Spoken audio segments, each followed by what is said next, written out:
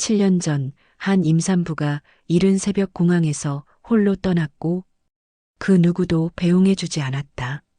그녀가 품고 있는 아이들조차 세상으로부터 철저히 외면당하는 순간이었다. 하지만 그날 이후 그녀는 자신이 버려졌다는 사실보다 더 큰 진실을 알게 되었다. 외국의 작은 방에서 쌍둥이를 품에 안았을 때 누구도 예상하지 못한 일이 벌어지기 시작했다. 말하는 것도 걷는 것도 채 익히기 전에 언어를 동시에 익히고 복잡한 수학을 머릿속으로 풀어내는 아이들. 이 아이들의 나이는 7살. 아이들의 뛰어난 재능은 숨겨둘 수 없는 힘이 되어 세상을 뒤흔들기 시작했다. 하지만 진짜 충격은 그 다음이었다. 국제대회에서 아이의 이름이 불려나오자 그녀는 관객석에서 누군가가 아이들을 바라보며 굳어버리는 표정을 목격했다. 마치 오래전에 잃어버린 무언가를 다시 본 사람처럼. 그리고 7살이 된 지금 아이들이 처음으로 물었다. 엄마, 우리 아빠는 어디 있어요? 질문을 받은 그녀는 결심했다. 오래전 자신을 내쫓았던 그들이 가장 두려워할 그날을 준비해야겠다고. 이야기를 시작하기 전에 구독을 눌러주세요. 당신의 따뜻한 참여가 이야기 한 잔을 이어가는 힘이 됩니다. 안녕하세요. 저는 강아린이라고 합니다. 35살이고 7살 쌍둥이 아들의 엄마예요. 아마 제 소개를 들으시면 평범한 싱글맘 이야기라고 생각하실 수도 있을 거예요. 하지만 제 이야기는 조금 다릅니다. 7년 전 저는 한국의 대표적인 재벌가에서 쫓겨난 임산부였거든요. 그때를 떠올리면 지금도 가슴이 아프지만 그 아픔이 저를 더 강하게 만들어줬어요. 지금 제가 여기 서 있을 수 있는 이유이기도 하고요. 7년 전 겨울, 저는 뱃속에 아이를 품고 윤가의 대저택 현관문 앞에 서 있었습니다. 문 너머에서 들려오는 차가운 목소리가 지금도 생생해요. 그 아이는 우리 집 가문의 피가 아니다. 윤서진의 목소리였어요. 제가 사랑했던 남자의 형수이자 그 집의 실질적인 권력자였죠. 38살의 그녀는 차가운 미모만큼이나 냉정한 판단력으로 윤가를 이끌고 있었습니다. DNA 검사 결과가 나왔어요. 확실히 하기 위해 2번이나 했고요. 제가 간신히 목소리를 짜내며 말했어요. 하지만 그녀는 서류조차 보려 하지 않았습니다. 위조될 수 있는 거 아시잖아요. 한 줄의 말로 끝났습니다. 제가 품고 있던 아이에 대한 모든 것, 그동안 쌓아온 관계, 그리고 미래에 대한 꿈까지 모두 한순간에 무너졌어요. 그날 밤 인천공항은 을씨년스럽게 추웠습니다. 새벽 비행기를 타기 위해 텅 빈 대합실에 앉아 있으면서 저는 배를 쓰다듬었어요. 아직 태어나지도 않은 아이들에게 미안했거든요. 이미 이 세상은 그들을 거부하고 있었으니까요. 공항에서 눈물로 배웅해준 사람은 아무도 없었어요. 그저 임신 7개월의 무거운 몸과 작은 여행 가방 하나만 들고 떠났습니다. 어디로 가야 할지도 모른 채 말이에요. 캐나다 밴쿠버에 도착했을 때는 이미 밤이었어요. 공항에서 나와 택시에 올라타면서 기사 아저씨가 물었습니다. Where to? 순간 할 말이 없었어요. 갈 곳도 아는 사람도 없었거든요.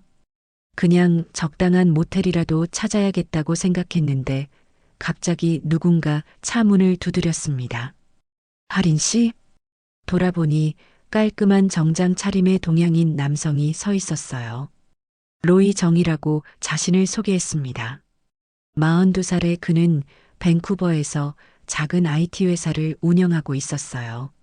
한국에서 연락받았습니다. 임시 숙소 준비해뒀어요. 누가 연락했는지 궁금했지만 묻지 않았어요. 그때의 저에겐 선택의 여지가 없었거든요. 그가 준비해준 곳은 조용한 주택가의 작은 원룸이었습니다. 가구도 갖춰져 있고 생활에 필요한 것들도 모두 있었어요. 하지만 그는 깊이 관여하지 않았습니다. 가끔 안부를 묻고 필요한 것이 있으면 도와주는 정도였죠. 2달 후, 저는 쌍둥이 아들을 낳았어요. 강리안과 강리호. 제 성을 따서 지은 이름이었습니다. 윤가의 성을 물려줄 수는 없었으니까요. 병원에서 혼자 아이들을 바라보며 생각했어요. 이 아이들만큼은 절대 제가 겪은 일을 당하게 하지 않겠다고 말이에요. 누구에게도 고개 숙이지 않고 당당하게 살 수 있도록 키우겠다고 다짐했습니다. 하지만 현실은 쉽지 않았어요. 신분도 불안정하고 언어도 완벽하지 않은 상황에서 아이 둘을 키우는 건 상상 이상으로 힘들었습니다. 밤에 아이들이 번갈아 가며 울 때면 저도 함께 울었어요. 그런데 아이들이 자라면서 이상한 점을 발견했습니다.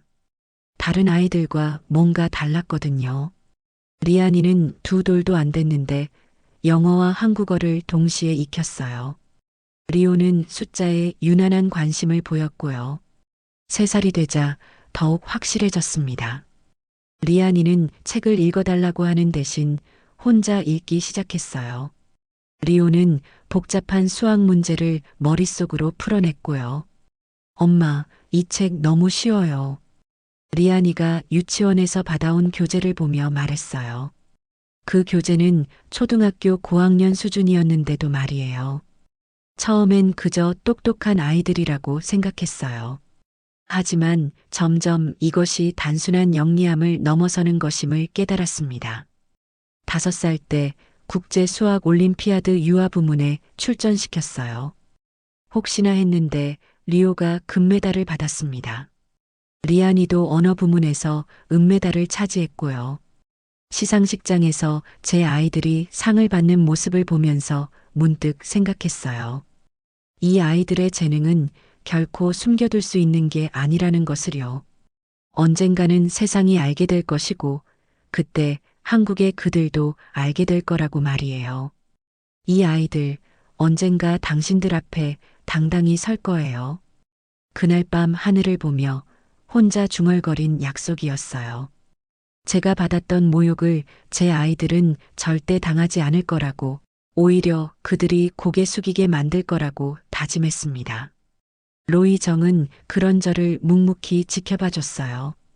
아이들의 교육비를 지원해 주기도 하고 좋은 학교를 알아봐 주기도 했죠. 하지만 절대 과도하게 개입하지 않았어요. 제 자존심을 지켜줬거든요. 7년이 흘렀습니다. 이제 리안과 리오는 7살이지만 이미 중학교 수준의 공부를 하고 있어요. 2 아이 모두 여러 국제대회에서 상을 받았고 현지 언론에서도 주목받고 있습니다. 어제 리안이가 물었어요.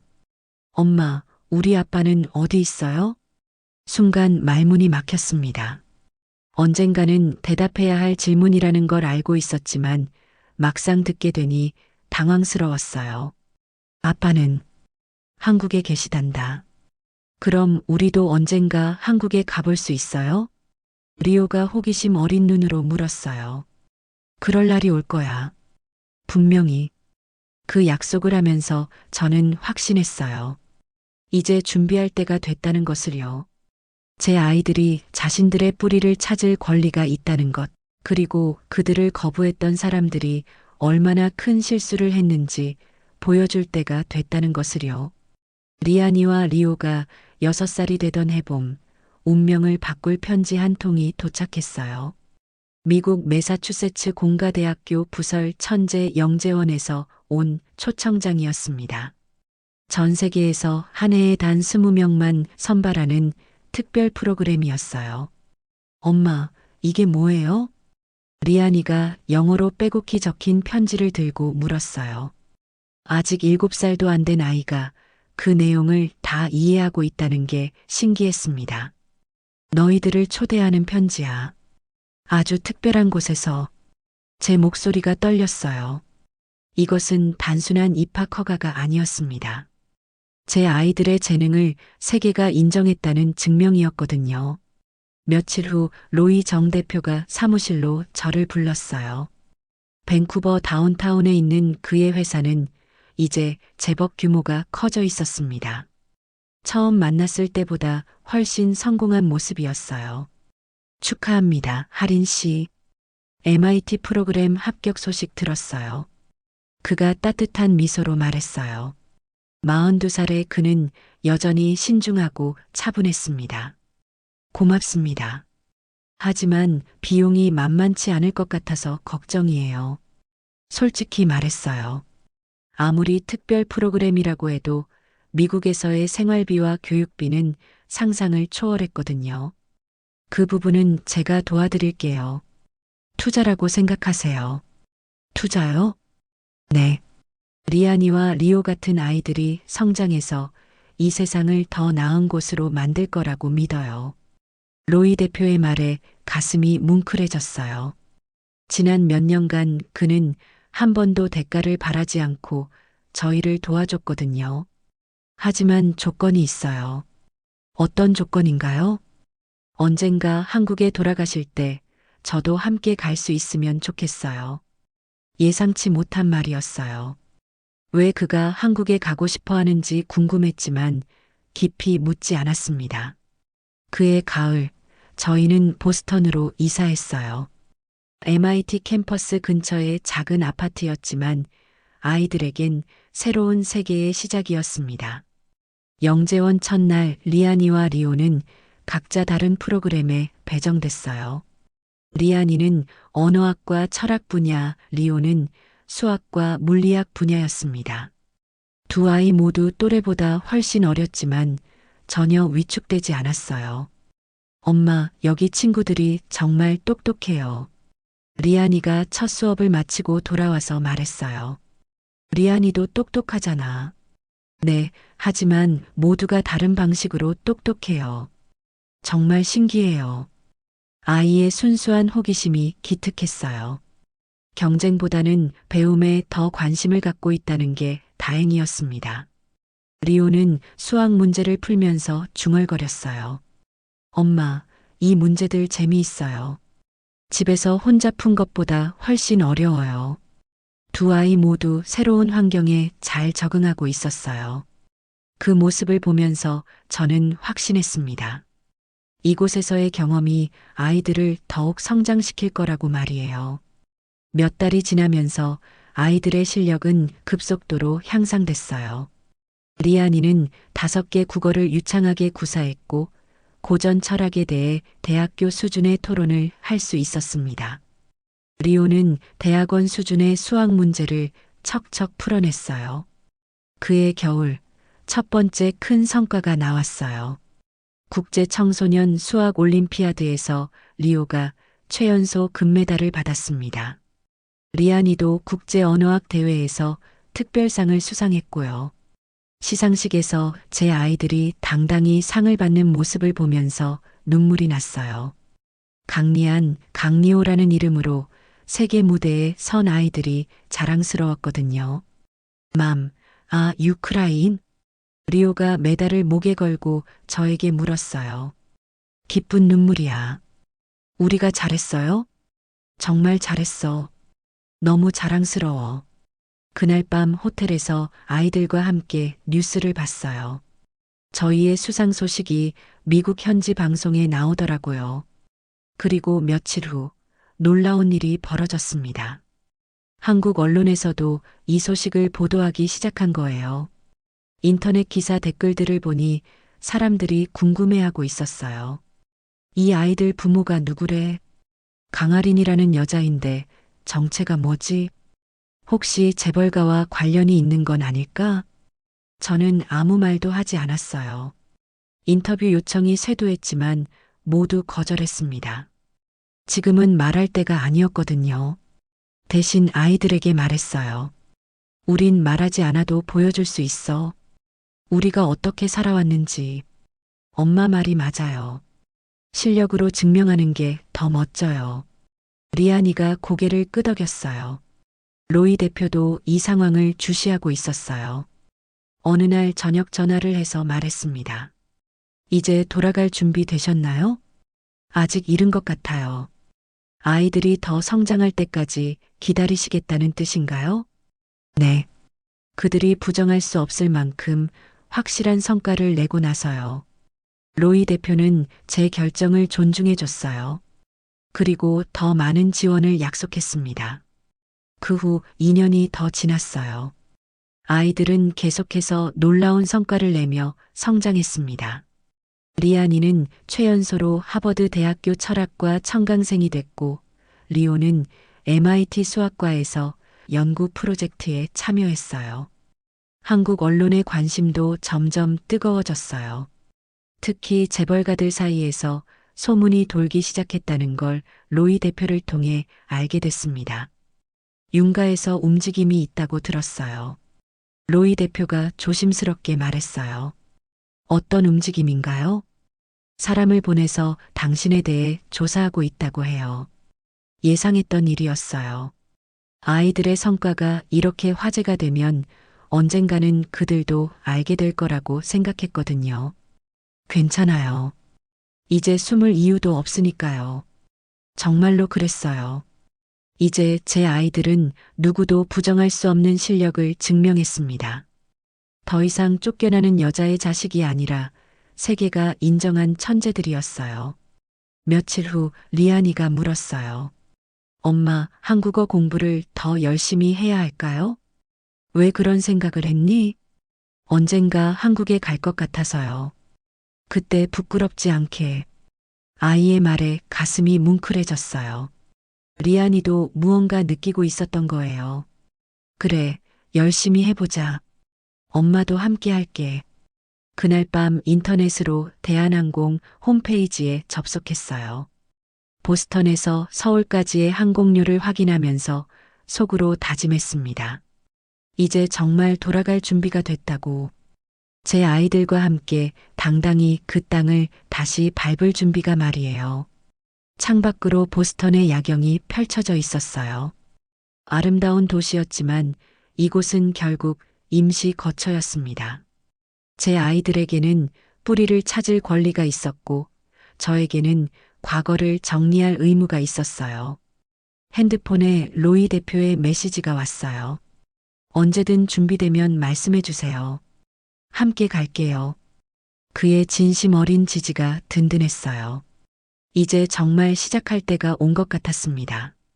대한항공 K27편이 인천국제공항에 착륙한 시각은 오후 3시 40분이었어요. 1등석에서 내린 저는 검정 맞춤 슈트에 선글라스를 쓰고 있었습니다. 제 양손에는 리안이와 리오의 손이 꽉 잡혀 있었어요. 엄마, 여기가 한국이에요? 리안이가 공항 내부를 둘러보며 물었어요. 아이의 눈에는 호기심과 긴장이 동시에 어려 있었습니다. 그래, 엄마의 고향이야. 제 뒤로는 로이 정 대표와 그의 한국법인 직원 3명이 따라오고 있었어요. 모두 단정한 정장 차림으로 마치 기업 임원진 같은 모습이었습니다. 입국장 문이 열리는 순간 예상했던 상황이 벌어졌어요. 수십 명의 사진 기자들이 일제히 몰려들었습니다. 강아린 씨, 7년 만에 귀국 소감 한 말씀 해주세요. 아이들 아버지는 누구인가요? 재벌가와의 관계를 확인해 주시길. 플래시가 터지는 소리가 요란했어요. 리오가 제 손을 더 꽉 잡으며 몸을 바싹 붙였습니다. 괜찮아, 리오야. 저는 아이를 안심시키면서도 당당히 걸어갔어요. 선글라스 너머로 기자들을 바라보며 미소 한 번 짓지 않았습니다.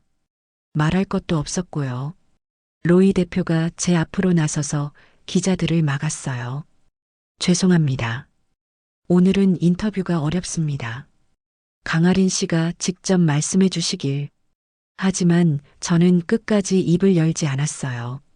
대신 아이들과 함께 준비된 차량으로 향했습니다. 검정 벤츠 2대가 저희를 기다리고 있었어요. 차 안에서 리안이가 물었어요. 엄마, 저 사람들은 왜 사진을 찍어요? 너희들이 유명하니까. 사람들이 궁금해하는 거야. 우리가 한국에서도 유명한가요? 이제 그렇게 될 것 같아. 호텔로 가는 길에 핸드폰이 계속 울렸어요. 모르는 번호들이었지만 받지 않았습니다. 대신 포털 사이트를 확인해 봤어요. 역시 기사가 실시간 검색어 1위에 올라 있었습니다. 7년 만에 돌아온 수수께끼 여성, 천재 쌍둥이의 어머니, 재벌가 스캔들의 진실은? 댓글들도 뜨겁게 달리고 있었어요. 호기심 어린 추측들이 대부분이었지만 그 중에는 날카로운 추리를 하는 사람들도 있었습니다. 그 순간 윤가의 본가에서도 비상이 걸렸을 거예요. 강남구 한남동의 웅장한 저택, 윤 회장의 서재에서는 긴급 가족회의가 열리고 있었습니다. 70대 중반의 윤 회장은 신문을 보며 굳은 표정이었어요. 할인이가 돌아왔다고?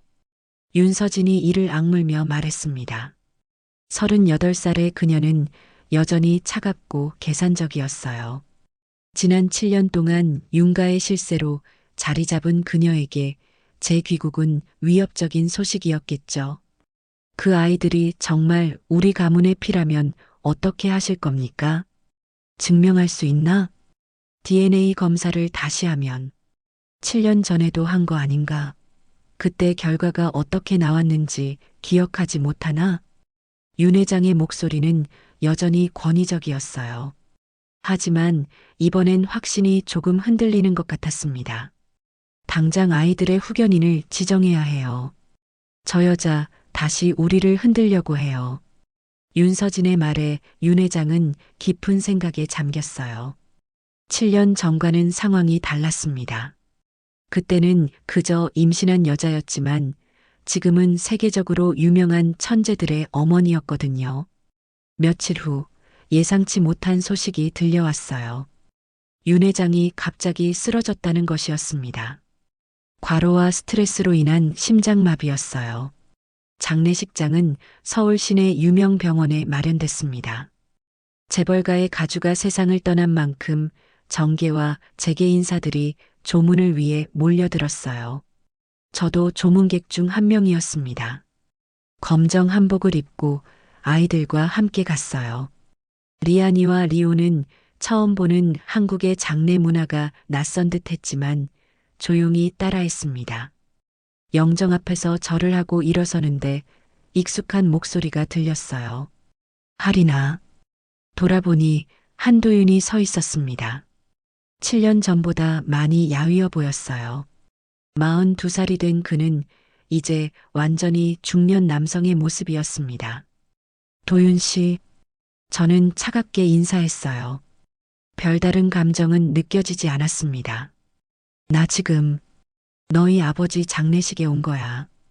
그의 목소리에 복잡한 감정이 섞여 있었어요. 미안함과 당황스러움이 동시에 느껴졌습니다. 조에 표합니다. 왜 돌아왔어, 할인아? 그가 작은 목소리로 물었어요. 주변에 사람들이 많아서 큰 소리로 말할 수는 없었겠죠. 정리할 게 남아서요. 제 대답은 짧고 명확했어요. 더 이상 설명할 이유도 없었고요. 그때 리안이가 저를 올려다봤어요. 엄마, 저 아저씨는 누구예요? 순간 도윤의 얼굴이 창백해졌어요. 자신의 아이일지도 모르는 아이가 자신을 아저씨라고 부르는 상황이었으니까요. 엄마 예전에 알던 분이야. 저는 담담하게 대답했어요. 그리고 도윤을 다시 바라봤습니다. 실례하겠습니다. 아이들의 손을 잡고 자리를 떠나려는데 도윤이 말했어요. 서진이가 만나고 싶어 해. 거절하겠어요. 할인아, 우리 한번 제대로 얘기해야 하지 않을까? 7년 전에 다 끝났어요. 더 할 말 없습니다. 제 목소리는 단호했어요. 정말로 그에게 할 말이 없었거든요. 장례식장을 나서면서 로이 대표가 물었어요. 괜찮으세요? 네. 예상했던 일이에요. 앞으로 더 복잡해질 것 같은데요. 그럴수록 더 확실하게 해야죠. 차 안에서 리오가 물었어요. 엄마, 아까 그 아저씨가 우리 아빠예요? 순간 할 말이 없었어요.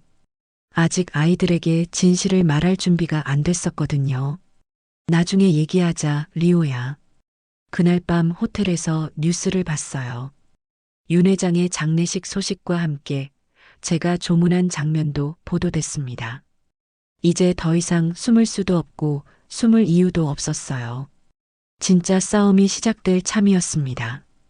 귀국 일주일 후 저에게 특별한 제안이 들어왔어요. 서울대학교에서 주최하는 국제영재포럼에서 기조 발표를 해달라는 것이었습니다. 아시아 최대 규모의 영재교육 행사였고 전 세계에서 온 교육 전문가들과 기업 관계자들이 참석하는 자리였어요. 이번 기회에 아이들의 실력을 제대로 보여주시는 게 어떨까요? 로이 대표가 조심스럽게 제안했어요. 리안이와 리오가 직접 발표하는 거 말인가요? 네. 두 아이의 능력을 의심하는 사람들에게 확실히 보여줄 수 있을 거예요. 생각해보니 나쁘지 않은 아이디어였어요. 지금까지는 수상 내역으로만 알려졌지만 실제 모습을 보여준 적은 없었거든요. 아이들에게 물어봤더니 흔쾌히 동의했어요. 엄마, 우리 정말 할 수 있어요. 준비 많이 했거든요. 리안이가 자신만만하게 말했어요. 포럼 당일 코엑스 컨벤션 센터는 인산인해였습니다. 1000명이 넘는 참석자들이 몰린 가운데 각국의 언론사들도 취재진을 보냈어요. 저는 검정 재킷 정장을 입고 무대에 올랐습니다. 아이들은 깔끔한 흰 셔츠에 감색 바지를 입었어요. 마치 작은 신사들 같았습니다. 안녕하세요. 강아린입니다. 제 인사말에 장내가 조용해졌어요. 모든 시선이 저와 아이들에게 집중됐습니다. 오늘은 제 아들들이 지난 몇 년간 연구해 온 내용을 발표하겠습니다. 객석 여기저기에서 웅성거리는 소리가 들렸어요. 7살 아이들이 무슨 연구를 했다는 건지 의아해하는 사람들이 많았겠죠. 먼저 리오가 나섰어요. 저는 강리오입니다.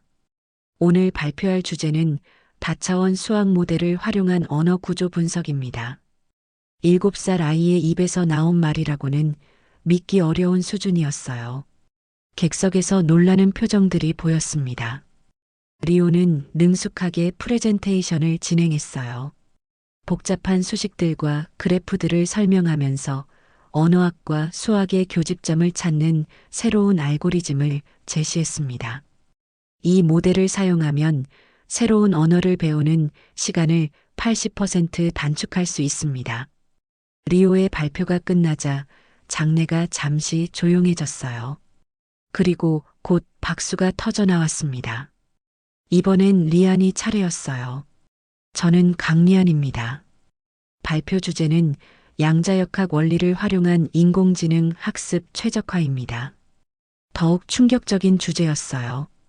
대학원생도 어려워할 만한 내용을 7살 아이가 연구했다는 게 믿어지지 않았습니다. 리안이는 양자 컴퓨터의 중첩 원리를 AI 학습에 적용하는 새로운 방법론을 제시했어요. 이론적 배경부터 실험 결과까지 완벽하게 설명했습니다. 기존 방식보다 학습 효율이 300% 향상됐습니다. 리안이의 발표가 끝나자 장내는 완전히 술렁였어요. 참석자들 사이에서 놀라움과 의구심이 교차했습니다. 정말 저 아이들이 한 연구 맞나? 부모가 대신 해준 건 아닐까? 하지만 이어진 질의응답 시간에서 모든 의구심이 해소됐어요. 전문가들의 까다로운 질문에도 아이들은 막힘없이 대답했거든요. 리오 군, 언어 구조 분석에서 문법적 예외 처리는 어떻게 하나요? 하버드 대학교 언어학과 교수의 질문이었어요. 좋은 질문이에요. 예외 처리를 위해서 베이지안 추론 모델을 추가로 적용했습니다. 이렇게 하면 리오는 칠판에 수식을 적어가며 자세히 설명했어요. 교수도 고개를 끄덕이며 감탄했습니다. 객석 한쪽에는 국내 대기업 관계자들이 앉아 있었어요. 그들의 표정이 심상치 않았습니다. 이 아이들, 혹시 윤가 아이들 아니야? 삼성 관계자가 작은 목소리로 말했어요. 만약 그렇다면 후계 구도가 완전히 바뀌겠는걸? LG 임원이 대답했어요. 이들의 관심은 단순히 아이들의 재능에만 있는 게 아니었어요. 재벌 3세로서의 가치를 계산하고 있었던 거죠. 포럼이 끝난 후 기자들이 몰려들었어요. 정말 놀라운 발표였습니다. 아이들 아버지는 누구인가요? 재벌가와의 관계를 확인해 주실 수 있나요? 저는 여전히 구체적인 답변을 피했어요. 아이들의 재능에만 집중해 주세요. 하지만 이미 늦었어요. 포럼 영상은 실시간으로 온라인에 퍼졌고 댓글들은 추측으로 가득했습니다. 그날 저녁 윤서진이 긴급 기자회견을 열었어요.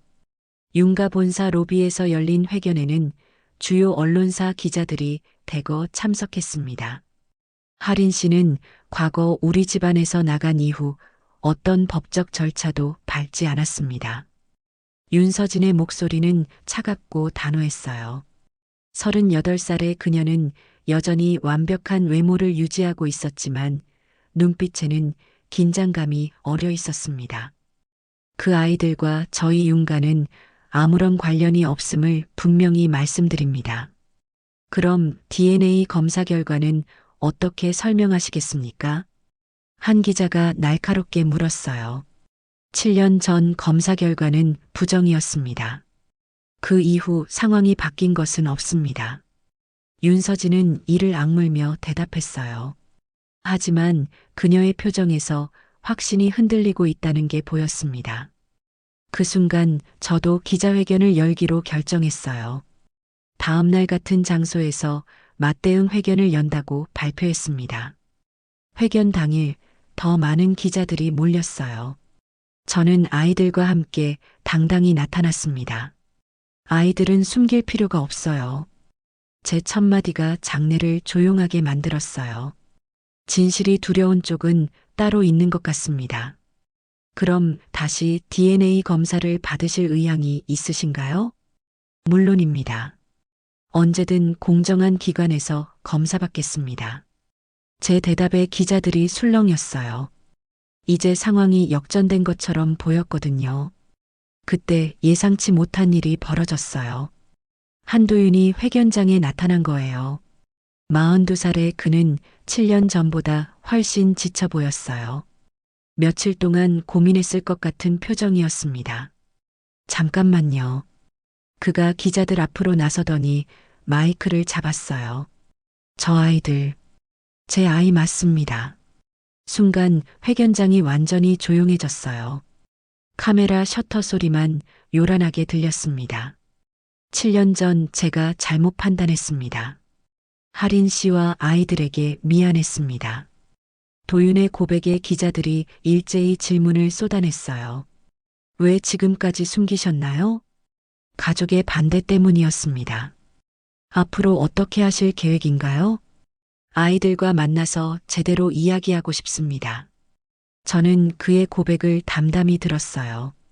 놀랍지도 않았고 특별한 감정도 없었습니다. 이미 예상했던 결과였거든요. 회견이 끝난 후 도윤이 저에게 다가왔어요. 하린아, 우리 한번 제대로 얘기하자. 지금 와서 무슨 얘기를 하자는 거예요? 아이들을 위해서라도. 아이들은 이미 잘 자라고 있어요. 당신 도움 없이도 말이에요. 제 차가운 대답에 그는 할 말을 잃었어요. 그날 밤 호텔에서 뉴스를 봤어요.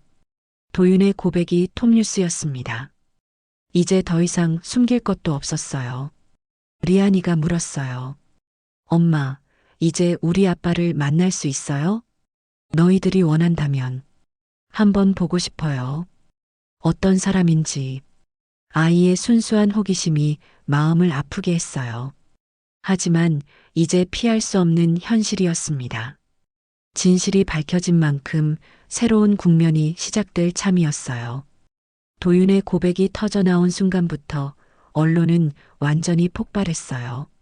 모든 방송사가 긴급 뉴스를 내보냈고 포털 사이트 메인은 관련 기사들로 도배됐습니다. 재벌가 후계자 7년간 숨겨온 사생아 논란. 천재 쌍둥이의 정체, 윤가 3세였다. 재벌가 상속구도 대격변 예고. 기사 제목들만 봐도 얼마나 큰 파장인지 알 수 있었어요. 하지만 저는 어떤 기자의 질문에도 답하지 않았습니다. 호텔 로비에 몰려든 취재진들을 피해 아이들과 함께 뒷문으로 나왔어요. 엄마, 사람들이 왜 이렇게 많아요? 리오가 제 손을 꼭 잡으며 물었어요. 아이의 작은 손에서 떨림이 느껴졌습니다. 괜찮아, 리오야. 우리는 우리가 할 일만 하면 돼. 저는 아이를 안심시키며 차에 태웠어요. 리안이도 평소보다 조용했습니다. 아직 어린 나이에 이런 관심을 받는 게 부담스러울 거예요. 너희는 누구의 피보다 너희 노력으로 인정받을 거야. 제 말에 두 아이가 고개를 끄덕였어요. 그 순간 제가 지난 7년간 아이들에게 가르쳐온 가치가 흔들리지 않았다는 걸 확인할 수 있었습니다. 이틀 후 예상치 못한 연락이 왔어요. 윤 회장에서 직접 저를 만나고 싶다는 것이었습니다. 70대 중반의 윤 회장은 도윤의 아버지이자 윤가의 실질적인 수장이었어요. 한남동 본가는 7년 전과 똑같았어요. 위압적인 대문과 넓은 정원, 그리고 전통 한옥의 위엄이 그대로였습니다. 하지만 이번엔 쫓겨나는 임산부가 아닌 당당한 방문자로 그곳을 다시 밟았어요. 윤 회장은 안채 사랑방에서 저를 기다리고 있었습니다. 한복을 입은 그의 모습에서는 오랜 세월 기업을 이끌어온 카리스마가 느껴졌어요. 왜 지금에서야 돌아왔는가?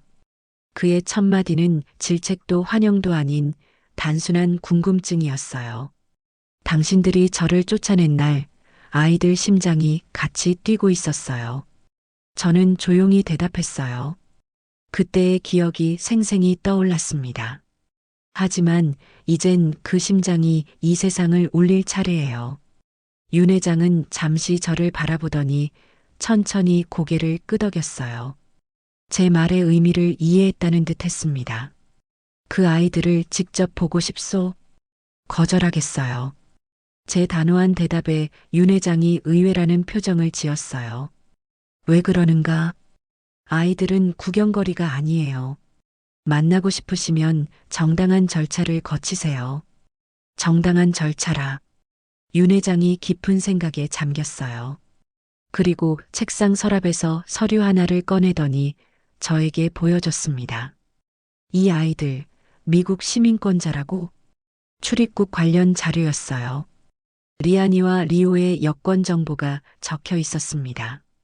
그게 무슨 상관인가요? 상당한 상관이 있지. 한국 국적을 포기한 아이들에게 상속권이 있을까? 그 말의 의미를 즉시 알아챘어요. 윤 회장은 법적 허점을 찾고 있었던 거였습니다. 아이들은 상속에 관심 없어요. 그게 당신 생각이고 훗날 아이들 생각은 다를 수도 있어. 윤 회장의 계산적인 모습이 드러나기 시작했어요. 역시 단순히 손자를 만나고 싶어 하는 할아버지가 아니었습니다. 한 가지만 묻겠어요. 아이들이 정말 그만한 실력을 갖고 있나? 직접 확인해 보시면 될 일이죠. 그럼 시험을 해보고 싶소. 무슨 시험인가요? 우리 회사 연구진들과 함께 프로젝트를 해보는 거요. 정말 천재라면 가능할 것 아닌가? 순간 화가 났어요. 7살 아이들을 시험 대상으로 보고 있다는 게 말이 됐나요? 아이들은 놀잇감이 아니에요. 놀잇감이 아니라 가능성을 확인하는 거요. 만약 정말 뛰어나다면 우리도 인정하고 지원할 생각이 있어. 윤 회장의 제안을 듣고 있자니 답답했어요. 결국 아이들을 이용해서 뭔가를 얻으려는 속셈이었거든요. 시간을 주겠어요. 생각해 보시고 연락 주세요. 자리에서 일어나려는 저에게 윤 회장이 마지막으로 말했어요. 하린 씨, 당신이 원하는 게 뭔가? 아이들이 당당하게 자신의 정체성을 찾는 것. 그럼 우리도 도울 수 있소. 도움은 필요 없어요. 방해만 하지 마세요. 본가를 나서면서 복잡한 기분이었어요.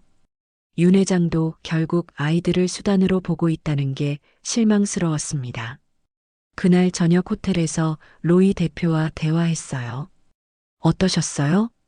역시 기대하지 않았던 대로군요. 그럼 이제 어떻게 하실 계획인가요? 아이들 의견을 물어볼 거예요.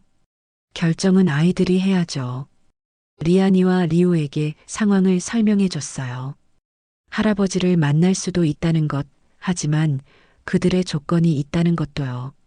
엄마, 우리 정말 시험 봐야 해요? 리안이가 걱정스러운 표정으로 물었어요. 아니야. 너희가 원하지 않으면 안 해도 돼.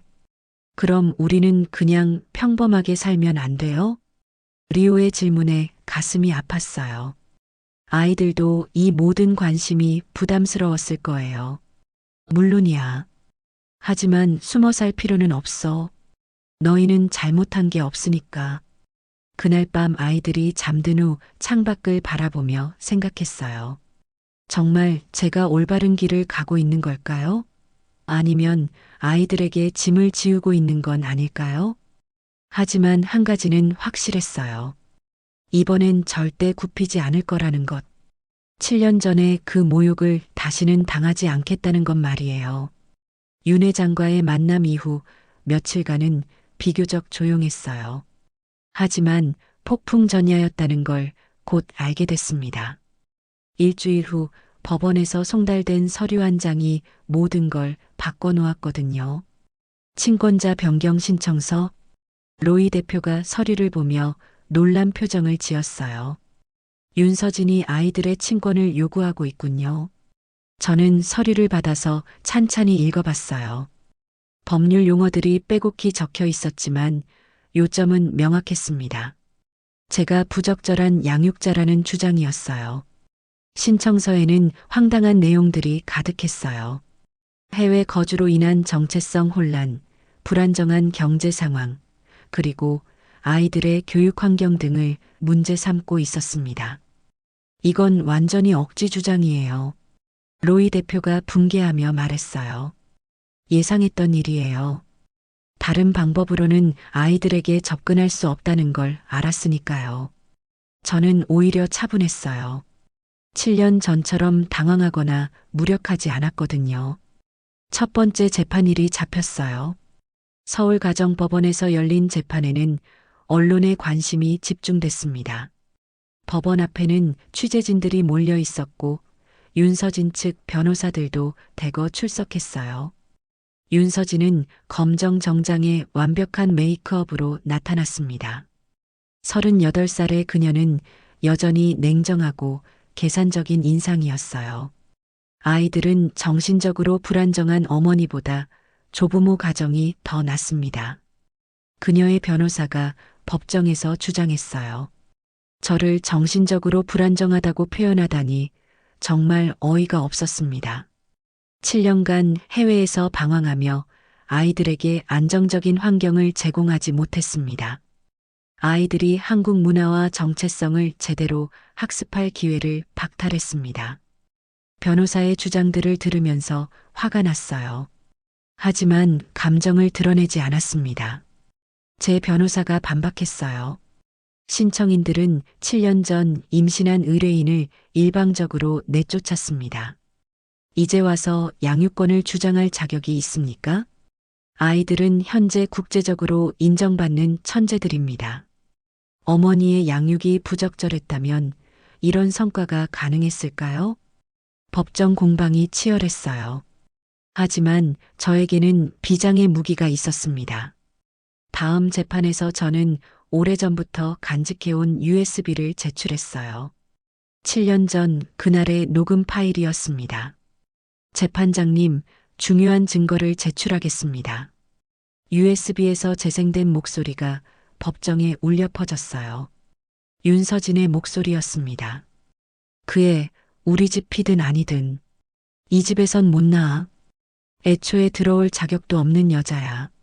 할인이 그런 착각하지 않게 확실히 해. 차갑고 잔인한 목소리들이 계속 이어졌어요. 재판장의 표정이 굳어졌고 방청석에서도 술렁거리는 소리가 들렸습니다. 윤서진의 얼굴이 창백해졌어요. 자신의 목소리가 증거로 제출될 줄은 예상하지 못했을 거예요. 7년 전 임신한 여성에게 이런 말을 했던 사람들이 지금 와서 아이들의 복리를 말할 자격이 있습니까? 제 변호사가 날카롭게 반박했어요. 상대 변호사들조차 할 말을 잃었어요. 녹음 파일의 내용이 너무 명백했거든요. 재판이 진행될수록 분위기는 저희에게 유리해졌어요.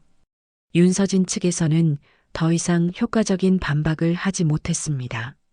로이 대표가 증인으로 출석해서 증언했어요. 이건 단지 친권 소송이 아닙니다.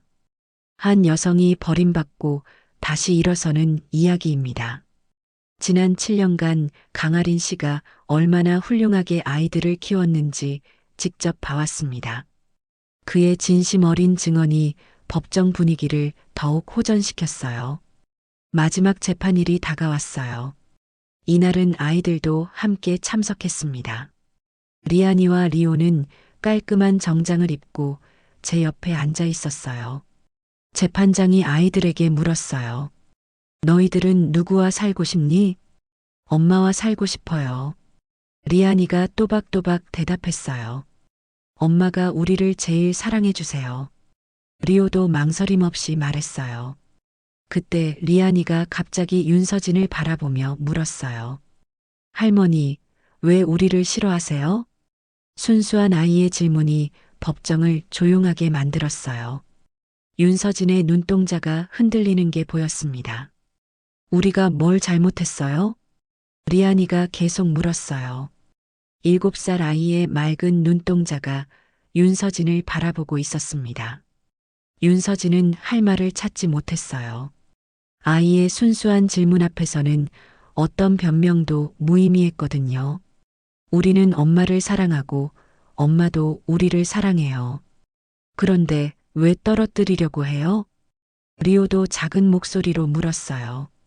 그 순간 윤서진의 얼굴에 미묘한 변화가 일었어요. 죄책감 같은 게 스쳐 지나가는 것 같았습니다. 재판장이 최종 변론을 요청했어요. 마지막으로 하고 싶은 말이 있나요? 저는 자리에서 일어났어요. 7년 전 저를 내쫓을 때 이미 이 아이들도 함께 버린 겁니다. 이제 와서 할머니 행세를 하려고 해도 늦었어요. 아이들은 저와 함께 당당하게 살아왔고 앞으로도 그럴 겁니다. 제 말이 끝나자 법정이 조용해졌어요. 윤서진도 마지막 변론 기회가 있었지만 일어나지 않았어요. 아이들의 질문이 그녀를 완전히 무력화시킨 것 같았습니다. 재판이 끝난 후 복도에서 윤서진과 마주쳤어요. 그녀는 이제 더 이상 차갑지 않았습니다. 오히려 지친 모습이었어요. 하린 씨, 네, 정말 미안했어요. 예상치 못한 사과였어요. 7년 늦었어요. 알고 있어요. 그녀가 고개를 숙이며 자리를 떠났어요.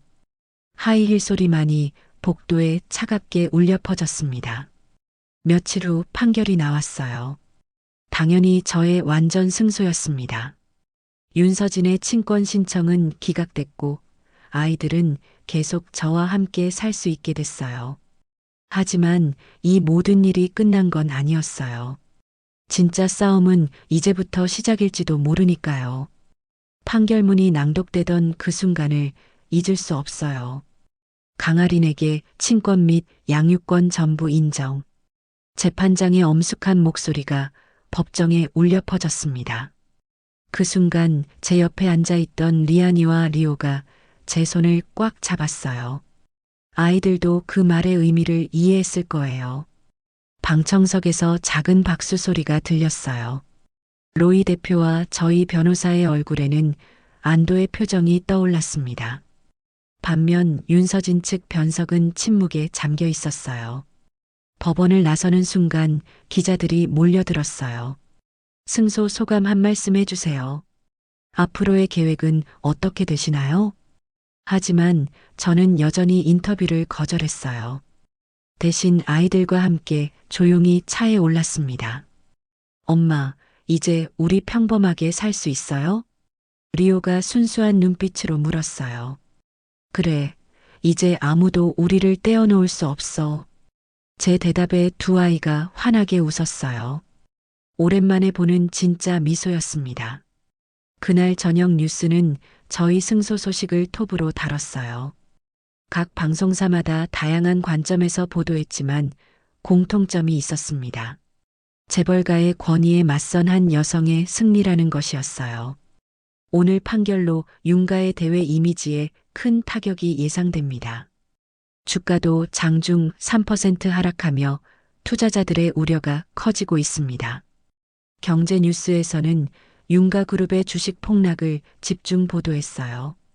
법적 패배가 기업 이미지에 직격탄을 날린 것이었죠. 며칠간은 정말 평화로웠어요. 승소의 여운이 가시지 않은 상태에서 아이들과 함께 조용한 시간을 보냈습니다. 서울의 여러 박물관과 미술관을 둘러보며 한국 문화를 소개해 주기도 했어요. 엄마, 한국 음식이 정말 맛있어요. 리안이가 불고기를 먹으며 말했어요. 이제 한국이 고향 같은 느낌이 들어요. 리오도 김치찌개를 좋아했습니다. 아이들이 한국에 적응하는 모습이 기특했어요. 그런데 일주일 후 예상치 못한 방문자가 나타났어요. 한도윤이었습니다. 호텔 로비에서 그를 만났을 때 얼굴이 심각해 보였어요. 평소보다 훨씬 초조한 모습이었습니다. 하리나, 잠깐 얘기 좀 할 수 있을까? 무슨 일인가요? 여기서 말하긴. 조용한 곳에서 얘기하자. 그의 태도가 심상치 않았어요. 호텔 카페 구석진 자리로 자리를 옮겼습니다. 하리나, 너 그때 병원에서 혈액형 이상 없었어? 갑작스러운 질문에 당황했어요. 무슨 말이에요? 출산할 때 말이야. 혈액형 검사나 다른 검사에서 이상 소견은 없었나? 왜 갑자기 그런 걸 물어요? 도윤은 잠시 망설이더니 서류 봉투를 꺼냈어요. 손이 떨리고 있었습니다. 이걸 봐줘. 봉투 안에는 유전자 검사 결과서가 들어 있었어요. 겉표지에는 익숙한 이름들이 적혀 있었습니다. 검사 대상 강리안, 강리호. 비교 대상 강아린. 하지만 결과를 보는 순간 정말 충격을 받았어요. 친자 관계 99.9% 불일치. 이게 무슨 말이야? 제 목소리가 떨렸어요. 서류를 다시 읽어봤지만 내용은 똑같았습니다. 언제 이런 검사를 한 거예요? 법원에서 DNA 샘플을 제출할 때였어. 그때 몰래 너와 아이들 샘플을 추가로 검사했어. 왜 그런 짓을? 확신이 서지 않았거든. 뭔가 이상하다는 느낌이 계속 들었어. 도윤의 설명을 듣고 있는데 머릿속이 혼란스러웠어요. 제가 7년간 키운 아이들이 제 친자가 아니라는 말인가요? 그날 병원에서 아이가 바뀌었을 수도 있어. 도윤의 말에 더욱 당황했어요. 말도 안 돼요. 제가 직접 낳은 아이들인데 병원에서 신생아실 혼선이 있었을 가능성이 있어. 특히 쌍둥이의 경우. 그럼 제 진짜 아이들은 어디 있다는 거예요? 그걸 알아내야 해. 순간 모든 게 무너지는 것 같았어요. 지난 7년간의 모든 기억들이 흔들리기 시작했습니다. 그럼 리안이와 리오는? 내 아이가 맞아. 하지만 내 아이는 아닌 것 같아. 도윤의 말이 가슴에 박혔어요. 어떻게 이런 일이 가능할 수 있을까요? 다른 여자가 있었다는 말이에요? 그건 아니야. 아마도 병원에서 실수로 아이가 바뀐다고요? 제 목소리가 점점 커졌어요. 카페 안에 다른 손님들이 쳐다봤습니다. 조용히 해, 하리나. 일단 정확한 조사를 해봐야 해. 조사요? 어떤 조사를요? 7년 전 그 병원 기록을 다시 확인해 보는 거야. 그날 출산한 다른 산모들도 알아보고. 도윤의 제안을 들으면서 현실감이 사라졌어요. 이 모든 게 꿈이었으면 좋겠다는 생각이 들었습니다. 만약 정말 그렇다면 내 진짜 아이들을 찾아야지. 그럼 리안이와 리오는 어떻게 되는 거예요? 가장 두려운 질문이었어요. 7년간 제 전부였던 아이들과 헤어져야 한다는 말인가요? 그것도 생각해봐야 할 문제야. 도윤도 확답을 주지 못했어요. 이 상황이 너무 복잡했거든요. 그날 밤 호텔 방에서 잠을 이룰 수 없었어요. 옆에서 자고 있는 리안이와 리오를 바라보면서 눈물이 났습니다. 이 아이들이 제 친자가 아니라고 해서 덜 사랑스럽나요? 7년간 함께한 모든 순간들이 거짓이 되는 건가요? 하지만 다른 한편으로는 제 진짜 아이들에 대한 궁금증도 생겼어요. 어디선가 제 유전자를 가진 아이들이 자라고 있을 수도 있다는 생각이요. 다음 날 아침 로이 대표에게 모든 걸 털어놨어요. 정말 충격적이군요. 그도 믿기 어렵다는 표정이었어요. 어떻게 해야 할까요? 일단 정확한 조사부터 해봐야죠. 추측만으론 아무것도 해결되지 않아요. 리안이와 리오에게는 어떻게 말해야 할까요? 아직은 말하지 마세요. 확실해진 다음에 결정하시는 게 좋겠어요. 로이 대표의 조언이 현명했어요. 아이들에게 혼란만 줄 수는 없었거든요.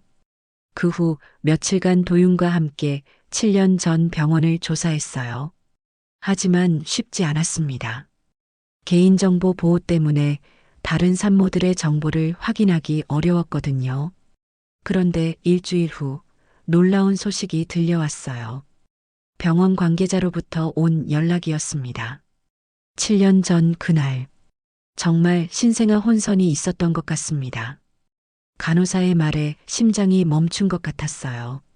다른 산모분도 비슷한 문의를 하셨거든요. 어떤 분인가요? 개인정보라서 자세히 말씀드리기는 어렵지만 아마 연락이 갈 거예요.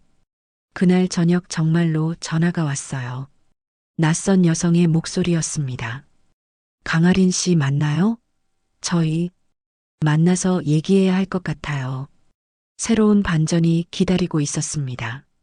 전화를 받은 여성과 만나기로 한 장소는 서울 시내 조용한 카페였어요. 약속 시간보다 일찍 도착해서 기다리고 있는데 마음이 복잡했습니다. 과연 어떤 진실이 밝혀질까요? 정각 2시에 한 여성이 들어왔어요. 30대 초반으로 보이는 단정한 인상의 분이었습니다. 제게 다가와서 조심스럽게 인사했어요. 강아린 씨죠? 저는 박미소라고 합니다. 네, 안녕하세요. 그녀도 저처럼 긴장한 표정이었어요. 우리는 마주 앉았습니다. 7년 전, 같은 병원에서 출산하셨다고 들었어요. 네, 그날이 제 인생에서 가장 혼란스러운 날이었어요. 박미소 씨가 가방에서 서류를 꺼냈어요. 출산 기록과 DNA 검사 결과였습니다. 제가 키운 아이, 제 친자가 아니더라고요. 그녀의 말에 가슴이 철렁했어요. 저와 똑같은 상황이었던 거예요. 며칠 후 정밀 DNA 검사 결과가 나왔어요. 충격적인 결과였습니다. 리오는 제 친자가 아니었어요. 대신 박미소 씨의 친자였습니다. 반대로 박미소 씨가 키운 아이가 제 친자였고요. 그럼 리안이만?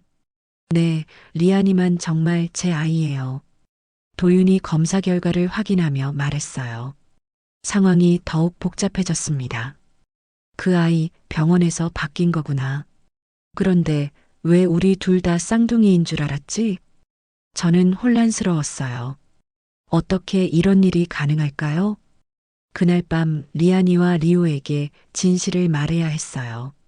더 이상 숨길 수는 없었거든요. 엄마가 중요한 얘기가 있어. 두 아이가 진지한 표정으로 저를 바라봤어요. 리안아, 리오야. 너희는 혈연상으로는 형제가 아니야. 무슨 말이에요, 엄마? 리안이가 당황하며 물었어요. 병원에서 실수가 있었던 거야. 리오는 다른 엄마의 아이였어. 리오의 얼굴이 창백해졌어요. 7살 아이에겐 너무 충격적인 소식이었을 거예요. 그럼 저는 누구예요? 작은 목소리로 리오가 물었어요. 내 진짜 엄마를 찾았어. 하지만 너는 여전히 내 아들이야. 저는 리오를 꽉 안아줬어요. 피로 이어진 게 아니야. 마음으로 이어진 거야. 리안이가 리오의 손을 잡으며 말했어요. 우리는 여전히 형제야. 그건 바뀌지 않아. 아이들의 성숙한 반응에 눈물이 났어요. 며칠 후 박미소 씨와 다시 만났어요. 이번엔 각자 키운 아이들과 함께였습니다. 박미소 씨가 키운 아이는 강민우라는 이름이었어요. 리안이와 닮은 점이 많았습니다. 역시 제 친자답게 똑똑해 보였어요. 앞으로 어떻게 할까요? 박미소 씨가 조심스럽게 물었어요. 아이들 의견을 들어봐야죠. 저는 현실적으로 접근했어요. 하지만 며칠 후 이상한 메일이 왔어요. 발신인 불명의 익명 메일이었습니다. 아이를 바꾼 건 단순한 실수가 아닙니다. 누군가의 계획이었죠. 메일 내용이 소름 끼쳤어요. 병원 실수가 아니라 의도적이었다는 말인가요? 더 자세한 정보를 원하시면 첨부 파일을 확인하세요. 첨부 파일을 열어보니 병원 내부 문서들이었어요. 7년 전 그날의 출산 기록과 CCTV 파일 목록이 있었습니다. 그런데 충격적인 사실을 발견했어요. 그날 분만실에 있던 간호사 명단에 낯익은 이름이 있었던 거예요. 윤서진. 7년 전 그녀는 간호사 출신이었어요. 결혼 전에는 그 병원에서 일했던 거였습니다. 설마 모든 퍼즐이 맞춰지기 시작했어요. 윤서진이 의도적으로 아이를 바꾼 거였나요? 급하게 도윤에게 연락했어요. 서진이가 그 병원에서 일했다는 거 알고 있었어? 뭐? 무슨 소리야? 7년 전 내가 출산한 그날 서진이가 분만실에 있었어. 도윤도 충격받은 것 같았어요. 그게 사실이라면 일부러 아이를 바꾼 거야. 내가 진짜 내 아이를 가져가지 못하게. 분노가 치밀어 올랐어요. 얼마나 치밀한 계획이었던 걸까요? 그럼 지금까지의 모든 일이 다 그녀의 시나리오였던 거지. 진실을 알고 나니 더욱 화가 났어요. 7년간의 고생이 모두 윤서진의 음모 때문이었다니요. 하지만 이제라도 진실을 밝혀야 했어요. 경찰에 신고하고 정식 수사를 의뢰했습니다. 며칠 후 윤서진이 체포됐어요. 병원 기록 조작과 신생아 바꿔치기 혐의였습니다. 모든 게 계획적이었군요. 수사관의 말에 고개를 끄덕였어요. 그날 밤 아이들과 함께 앉아서 말했어요. 이제 진짜로 끝났어. 엄마, 우리는 계속 함께 살 수 있어요? 리오가 불안한 표정으로 물었어요. 물론이야. 너희는 내 아들들이니까. 리안이도 리오의 어깨를 다독이며 말했어요. 우리는 가족이야. 그건 변하지 않아. 모든 진실이 밝혀진 후 박미소 씨와도 좋은 관계를 유지하기로 했어요. 아이들이 서로 만날 수 있도록 배려하기로 했습니다. 혈연보다 더 중요한 건 사랑이에요. 제 말에 박미소 씨도 동의했어요. 이제 정말로 새로운 시작이었어요. 모든 거짓과 음모에서 벗어나 진실한 삶을 살 수 있게 됐습니다. 창밖을 바라보며 생각했어요. 끝났다고 믿었던 모든 일들이 사실은 새로운 시작의 준비였다는 것을요. 진짜 가족의 의미를 찾은 지금 저희는 그 누구보다 강하게 연결되어 있었습니다. 그럼 오늘 이야기는 여기까지입니다. 끝까지 들어주셔서 감사합니다. 영상을 시청해주신 모든 분들 고맙습니다. 구독과 좋아요 부탁드립니다.